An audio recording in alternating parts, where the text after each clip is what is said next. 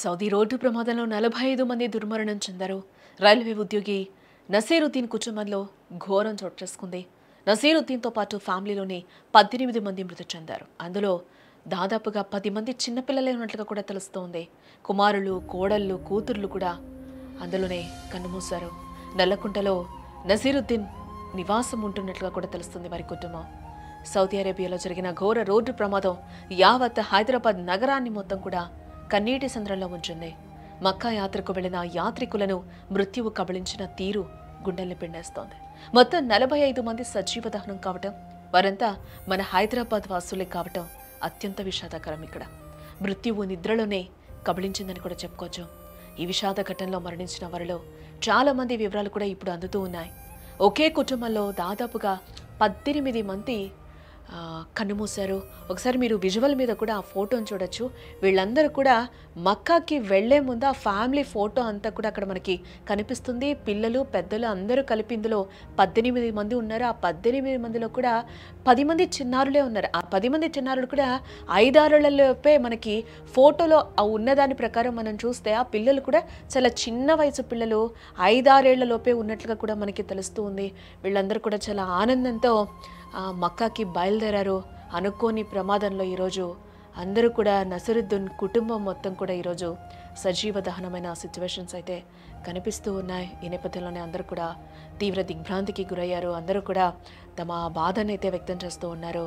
అటు నగరంలో విద్యానగర్, నల్లకుంట ప్రాంతంలో నివసించే రైల్వే రిటైర్డ్ ఉద్యోగి నసీరుద్దీన్ కుటుంబానికి ఇది తీరని లోటు ఏర్పడిందని కూడా మనం చెప్పుకోక తప్పదు. ఈ ఒక్క కుటుంబం నుంచే ఏకంగా 18 మంది మృత్యువాత పడ్డం అక్కడి స్థానికుల్ని కూడా కంటతడి పెట్టిస్తుందని చెప్పుకోవచ్చు. వృద్ధులైన నసీరుద్దీన్, ఆయన భార్యతో పాటు వారి 3 కుమార్తెలు కావచ్చు, కుమారులు, కోడళ్ళు, అలాగే 10 మంది మనవళ్ళు, మనవరాళ్ళు అందరూ కూడా ఈ ప్రమాదంలో కన్నుమూశారు. అప్పటి వరకు బస్సులో సీటు పక్కనే కూర్చొని మాట్లాడుకుంటూ నవ్వుకుంటూ ప్రయాణం చేసిన ఆ కుటుంబ సభ్యులంతా కూడా ఇప్పుడు వికత జీవులుగా మారిపోయిన పరిస్థితి. ఈ భయంకరమైన వార్త విన్న హైదరాబాద్ ప్రజలందరూ కూడా ఒక్కసారిగా షాక్కి గురయ్యారు.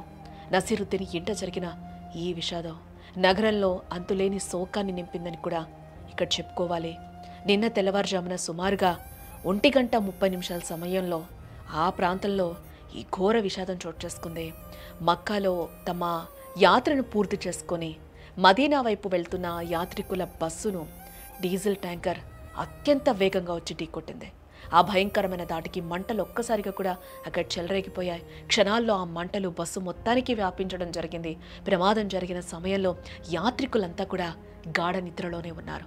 దాంతో ఎవరు తప్పించుకునే అవకాశం అక్కడ లేకుండా పోయింది. బస్సులో ఉన్న వారంతా కూడా నిస్సహాయ స్థితిలో సజీవ దహనమైపోయారు. ఏ విధంగా కళ్ళు మూసుకొని పడుకున్నారో అదే కళ్ళు మూసుకొని కూడా ఈరోజు ఆ బస్సులో సజీవ దహనం అయిపోయిన పరిస్థితి కనిపిస్తుంది.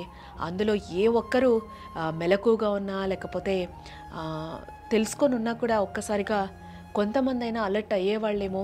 ఇక్కడ ఒక్కొక్కసారి అది కూడా ఆలోచిస్తే ఆ ఛాన్స్ కూడా కనిపించదేమో. ఎందుకంటే ఒక్కసారి వచ్చి గుద్దగానే కూడా ఒక్కసారిగా బస్సులో మంటలు కూడా ఒక్కసారి ఎగసిపడిన నేపథ్యంలోనే అందరూ కూడా ఆ నిద్రలోనే సజీవ దహనం అయిపోయినట్లుగా కూడా మనకి తెలుస్తూ ఉంది. ఈ మృతుల్లో 20 మంది మహిళలు, 11 మంది చిన్నారులు ఉన్నట్లుగా కూడా ప్రస్తుతం ఉన్న సమాచారాన్ని బట్టి మనకు తెలుస్తూ ఉంది. ఇప్పుడు మీ ఫ్యామిలీ నుంచి 18 మంది ఉన్నారు. ఆ 18 మంది చిన్నపిల్లలు ఉన్నారు. ఎవరు ఆ పిల్లలు?